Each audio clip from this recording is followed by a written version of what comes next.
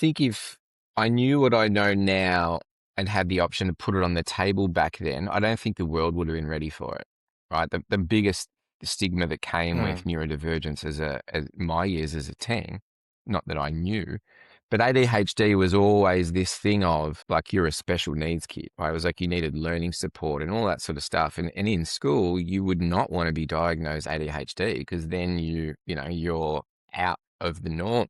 You're literally something else.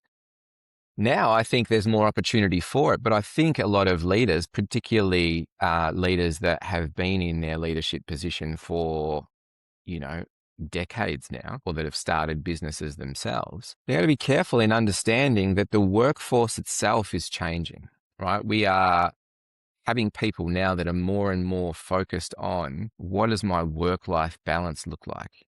Even before conversations of salary or before conversations of title or longevity, these people are like, is this place going to be healthy for me? What do you do to support mental health in the business? How do you manage alternative ways of thinking? What happens on days when mentally I can't show up? Am I going to be able to work from home? Is that going to be a problem? Is that going to be something we need to deal with? So I feel like the corporate world itself is about to have change thrust upon it if it's not already ready for that change. Because this is the new language that people are coming to the workforce with, particularly if they're neurodivergent. Because now the youth are empowered significantly more than we were when we were kids. And I think that youth now enters the workforce saying, well, I am going to be my authentic self.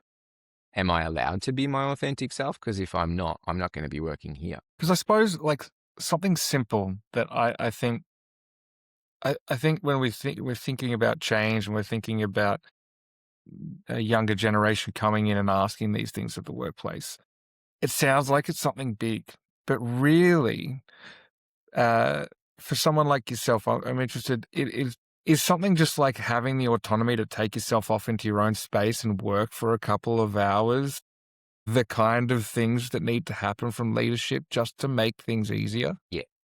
The flexibility of work, and this is where I sort of made that point earlier about what are we measuring as productivity.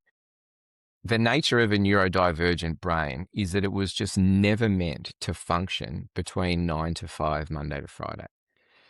In a, post-agricultural society way of working.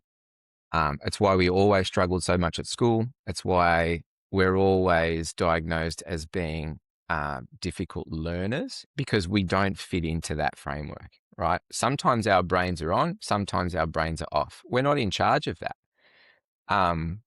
It's the sort of thing where even feedback that I'd received over years in my career was, well, it's up to you how you show up.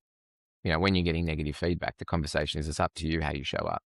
To the point where even that could extend sometimes to a conversation that was like, well, you're a leader and you're neurodivergent, so you need to take the action to show up positively so you can positively affect other neurodivergent employees. And like, that sounds a bit backwards. The reason I can't show up the way that is expected at the times expected is because of my neurodivergence. So not only do I need to work against that, but now I need to get all the other neurodivergent people to work against that. We will work when our brains are ready to work. And the other thing that becomes evident with that is it's almost a parody to us, the length of time that it can take a neurotypical person to complete a task. Like, I would imagine myself in my old roles going to my office and thinking, how am I going to sit in front of this computer for 8 hours of the day and look busy? Because the reality is I'm going to finish everything that's on the plate to be done in 2 hours. And then I'm going to be looking around the room like, so can I go home or do I have to sit here for 6 hours and wait for something else to pop up?